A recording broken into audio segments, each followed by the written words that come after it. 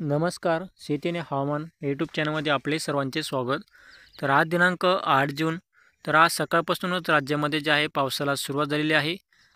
तर शेतकरी मित्रांनो, आज दुपारनंतर जे आहे पावसाचा जोर आणखीन वाढणार आहे.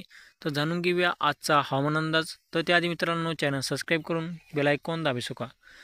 तर शेतकरी मित्रांनो, जे आहे आज सकाळच्याला आपल्याला पश्चिम महाराष्ट्र आणि कोकण भागामध्ये आपल्याला जे आहे पावसाला सकाळपासूनच सुरुवात झालेली आहे.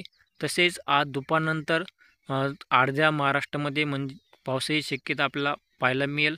म्हणजे नाशिक, मुंबई, पुणे, डोंबिवली, सोलापूर, सातारा, सांगली, रत्नागिरी, लातूर, बीड, अहमदनगर, छत्रपती संभाजीनगर आणि परभणी.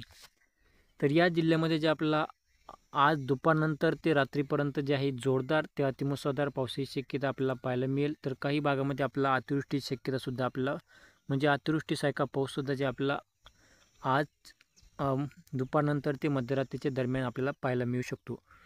तर शेतकरी मित्रांनो, जे आहे हा पाऊस फक्त परभणी जिल्ह्यापर्यंतच राहणार आहे आणि परभणी जिल्ह्यापासून विदर्भामध्ये जे आहे पावसाची शक्यतो राहणार नाही.